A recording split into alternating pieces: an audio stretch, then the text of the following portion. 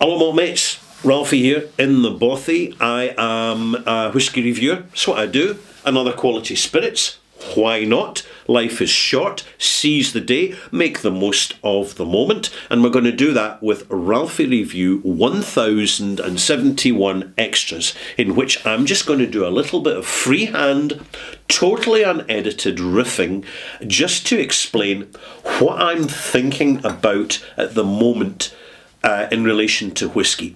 Because it's March, coming up to the end of March 2025, and you know and I know, because we're both pretty well informed due to the internet, not legacy media, but the internet and the free exchange of social information. We know what we're looking to buy, we know what our budget is, we know that in the past we've had some good buys and bad buys, and in the future we want fewer bad buys and even better good buys. Because when we have good purchases, we can get in connecting and enjoy and get that bliss point moment with a new whisky or a rum or a bourbon or whatever that is perhaps we've not been ready for in the past, or perhaps we've been advised about it and had it recommended by a friend.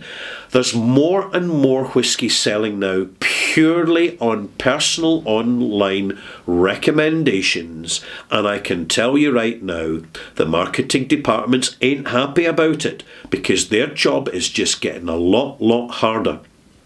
Another reason their job is getting a lot harder is because the environment for whisky is changing fast, and I mean literally. At the end of 2024, I could sense the panic in the air of the whisky industry as they suddenly realised, after a number of years of perpetual price hiking, that people were no longer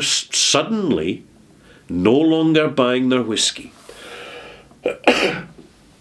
And then when they examined it a little bit closer, they discovered that people were still buying whisky, but less of it. They were looking after their budget, generally buying younger whisky and spending more time with the independent bottlers, where you are in I was going to say the word bullshit, but that's it's not harsh.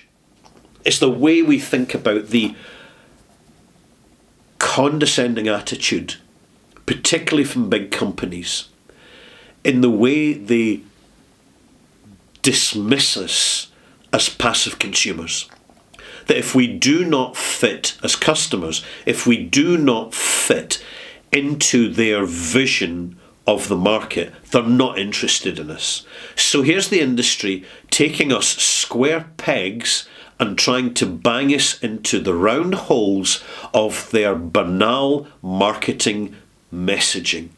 It's not that long ago, malt mates, when we were being told about non-fungible tokens and barrels of whisky being dragged out of peat bogs for extra peatiness, and we were told about the infallible investability of high-end, rare, exclusive, etc., whisky. And because of this, because the industry believed its own message, they just kept putting the prices up for the older whisky, irrespective of the quality.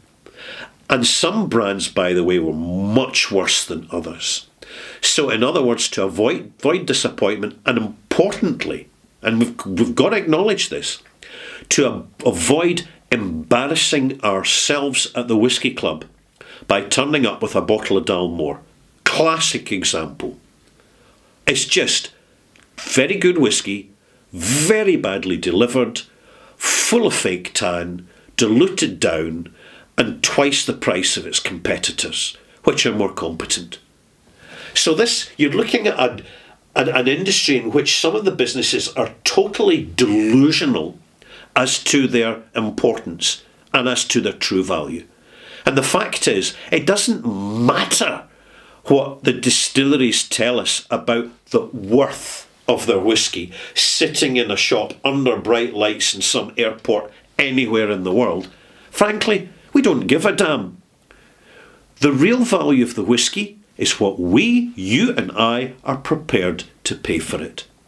And this is a feature which is really strongly influencing my whisky reviews this year. I've just completed 2 short seasons, one of independent bottlers and one of young newcomer Scotch whisky distilleries, because it's important for me as a messenger and a communicator and a sharer to give me you aware of them, let you know they're out there, so when you hear about them and when you see them, you've got your bearings and you've got some idea of what they're offering to you.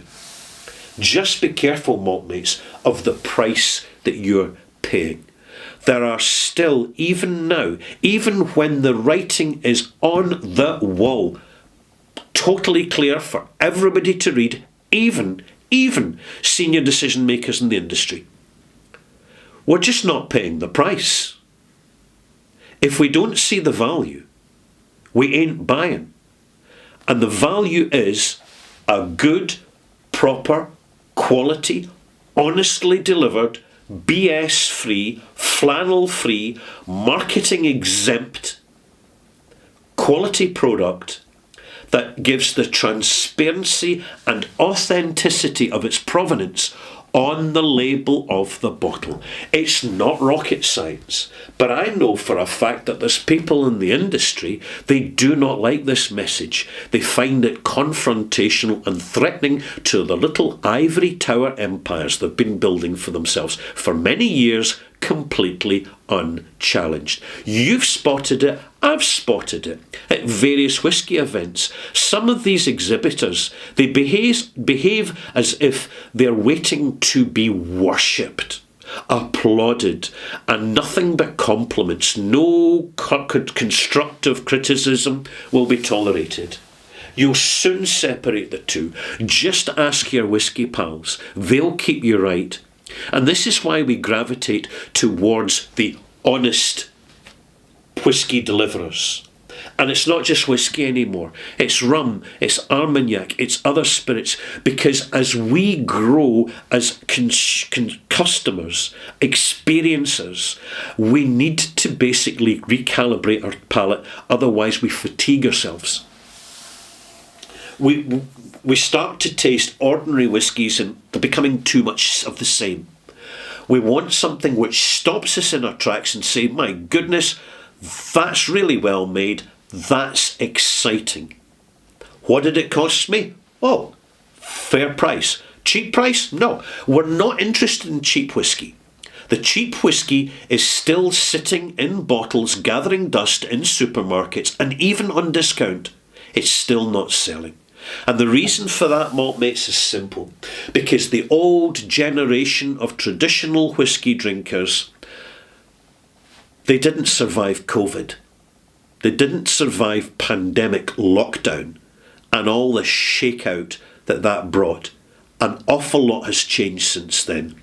In fact, I would describe as the global coordinated pandemic lockdown changed the world we know. And we've got to acknowledge that. The industry has to acknowledge that. There's a young generation coming through, late teens, early 20s, even early 30s now. They're not interested in alcohol. They're not going into the supermarkets to buy alcohol at all. They're saying, I've got to invest in my health. If I'm going to survive and pay my rent and pay all these phenomenal taxes, I've got to really cut down my spending. I'll be making my own coffee at home before I go to work. I won't be buying takeaways. There'll be no carry-outs. There'll be no meals out. There'll be no this, there'll be no that. There'll be no whiskey. There'll be no rum. There'll be no gin and tonics. Sure, maybe once a month.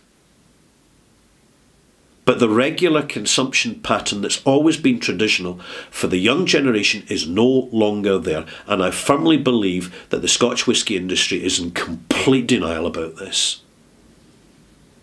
Complete denial.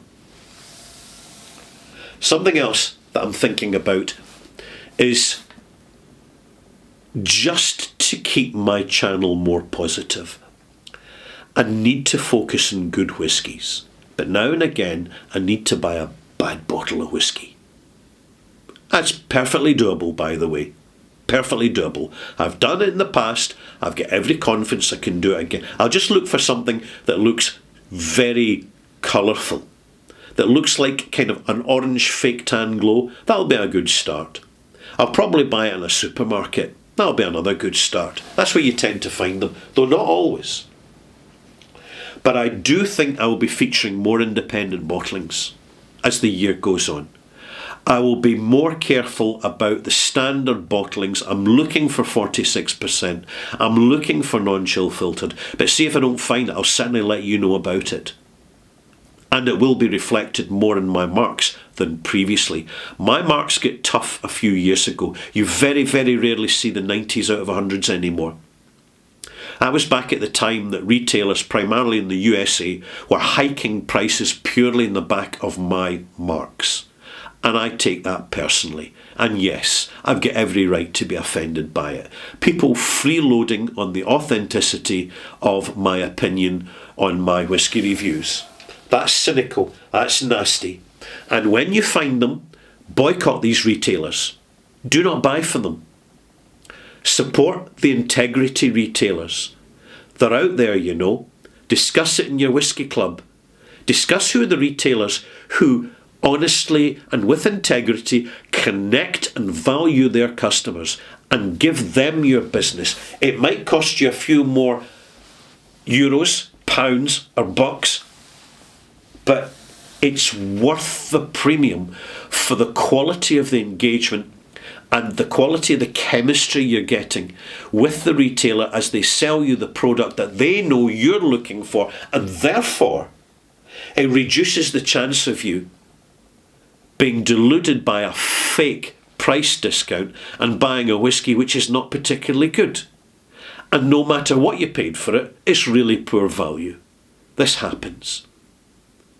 So there you have it, malt mates. That's what I'm thinking at the moment here in the Bothy, the whisky Bothy, somewhere in the middle of the Irish Sea. This is what my mind's going around at this moment, saying, what's my strategy for the rest of the year now? Now I'm going to start a series of ordinary bottlings.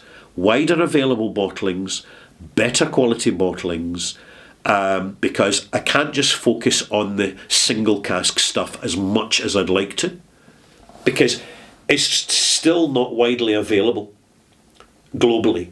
And I know that I've got a global audience here, so I've got to kind of cater for your own accessibility to whisky. I'm being mindful of that. I'm very conscious of that. And therefore, as the year goes forward, I will be bringing in some more rums. I would say that a lot of exciting things are happening in the rum sphere, and the rum industry hasn't even woken up to it yet. So as usual, it'll be the independent bottlers that are delivering the best rum. It's them alternatives. When we're out exploring what we like, to a certain extent we need to challenge ourselves, to disrupt our own routine. And the best way to do this is to take time out, just sit alone and say, right, what am I really enjoying here? How much am I drinking? Am I looking after my liver and my kidneys with liver supplements and supports, milk thistle and astragalus for my kidneys, just to soften the impact of prolonged modest consumption of alcohol? I mean, it all adds up. Am I drinking enough water with the alcohol to prevent dehydration? Am I diluting the cask strength stuff so as I'm not burning my throat with the raw alcohol? This is an important consideration, and as we get more experienced and time moves on, things we never used to consider, we start to consider. It's perfectly natural, it's perfectly healthy, it's the right thing to do. We are recalibrating, so I invite you to recalibrate your palate, what you're looking at, where you're finding your information, what's your budget, stick to your budget, and may your malt moments be many and merry. And there you have it. See you soon.